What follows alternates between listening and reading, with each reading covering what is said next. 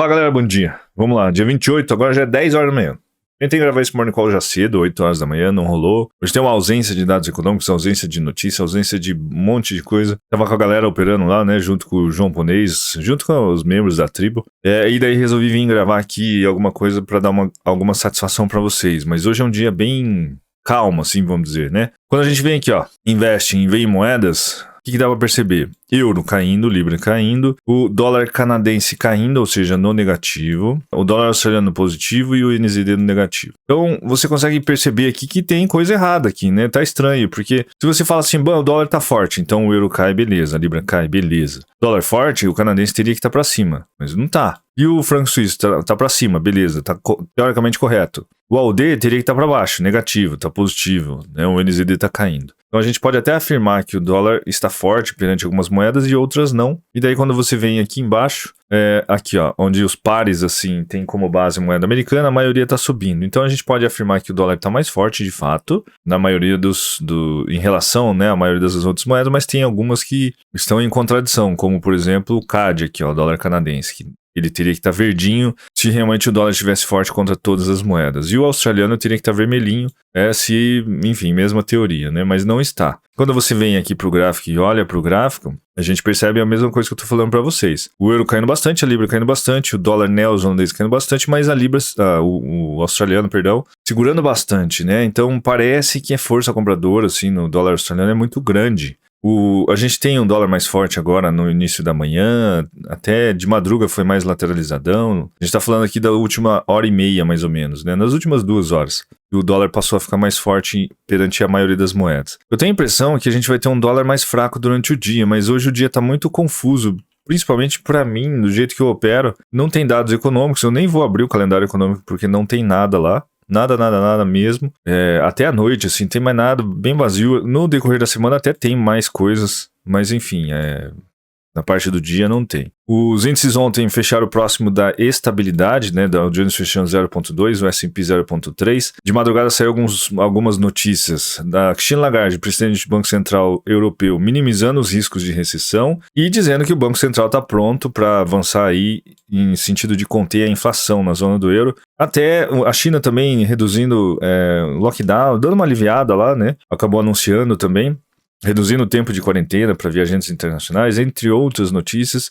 Isso acabou trazendo um certo alívio, tanto é que os índices, quando você abre, tá tudo no positivo, ó. Quando você olha, tanto o americano quanto os europeus, índices do mundo inteiro no positivo. Exceção aqui agora no Hang Seng que virou, mas ele tava positivo também, né, o índice da China. Eu não digo que vai continuar assim o dia inteiro, mas essa é a impressão que eu tenho, tá? De dólar fraco e índices para cima, apesar de os gráficos estarem mostrando uma coisa diferente nesse momento. Eu imagino isso, tá, gente? Eu imagino. E aí, de resto, esses aqui foram as principais notícias. Até tem a opinião de gente que já tá falando que os Estados Unidos está em recessão, entre outras coisas. De resto, tomem cuidado com o petróleo somente. Ainda as reuniões ali do G7 tá rolando, né? Então, a cúpula, né?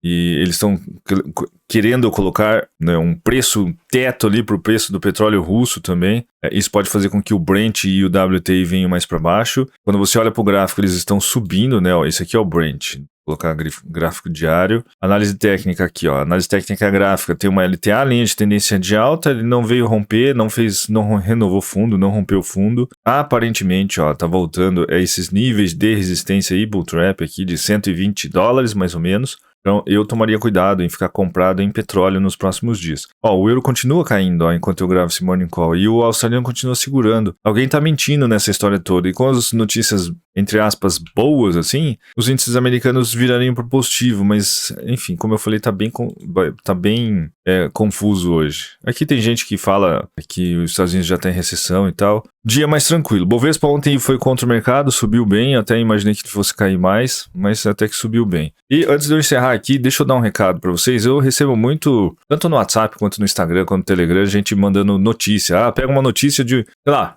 o cara encontrou ouro lá na, sei lá onde, nos países da África, sei lá da onde, e falando assim, não sei qual ativo vai subir ou vai cair. E normalmente eu ignoro esse tipo de coisa. Por quê? Porque não faz sentido, né? A pessoa pega uma notícia que saiu lá de manhã, que já passou na mão de editor, redator, jornalista, web designer e por aí vai, uma notícia totalmente atrasada, manda pra mim e pergunta, e aí? ouro vai subir ou vai cair, ou o petróleo vai subir ou vai cair, ou não sei o que vai subir ou vai cair. E na maior parte das vezes eu nem respondo, porque é humanamente impossível responder, né, tudo, de todos. Eu até me esforço ali em redes sociais e tal pra estar respondendo, mas muitas vezes é difícil de responder. E o que é importante de falar aqui? É importante falar que o mercado ele é composto por pessoas extremamente inteligentes, por profissionais extremamente competentes, pelos maiores QIs que existem no mundo e estão no mercado financeiro. Em bancos, em fundos, em corretoras e por aí vai. E o mercado, ele reage àquilo que realmente importa. Se saiu lá que, o fulano falou que a Rússia está ameaçando entrar numa terceira guerra mundial. Os índices vão subir ou vão cair. Se o mercado não reagiu, meu irmão, não vai ser a opinião do BAN que vai fazer o mercado reagir. E você precisa entender isso, porque se você quiser operar no mercado financeiro, seja ele qual for, você precisa entender que quem manda na parada é o mercado financeiro. Você tem eleições entre, sei lá, aqui no Brasil, por exemplo. Aí sai uma notícia e, eu vou dar um exemplo, né, não político, mas de mercado, assim.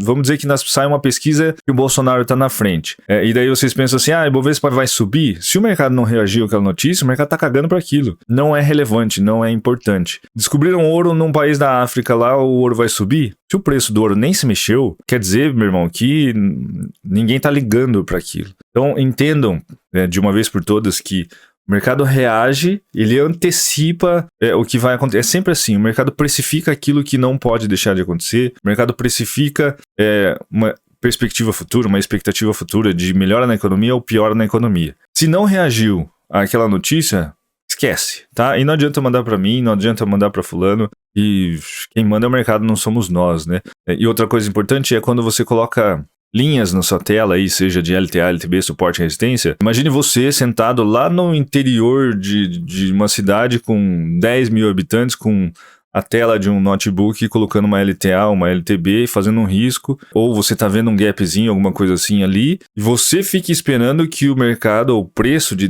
determinado ativo, vá exatamente onde você desenhou, lá sentado numa cadeirinha no interior de não sei qual cidade, no seu computadorzinho, você fica esperando que o preço daquele ativo negociado mundialmente por milhares de pessoas e por bilhões, né, de dólares, chegue exatamente aonde você fez aquele risquinho na sua tela ali. Então a gente tem que, né, às vezes, parar para pensar e sentar um pouco e se colocar no nosso lugar e ver o que realmente importa, assim, o que a gente precisa focar para estar olhando no dia a dia, para poder entender como funciona tudo isso, senão não vai ter evolução por aí não, né? Pense nisso, tá? Pense nisso. Não é um puxão de orelha, não é uma bronca nem nada disso, mas é uma reflexão para você entender o que realmente importa. Se sai uma notícia sobre a guerra e o mercado não mexeu, meu irmão, é porque o mercado não tá nem aí para aquilo. Já foi. Se sai uma notícia sobre 1 milhão de mortes de qualquer coisa lá e o mercado não mexe, é porque não é importante mais, né? Não esqueçam isso, beleza? Ótimo dia para nós, que dia meio paradinho aqui. Vamos ver o que a gente consegue arrancar no mercado. Até o próximo Morning Call. Tchau.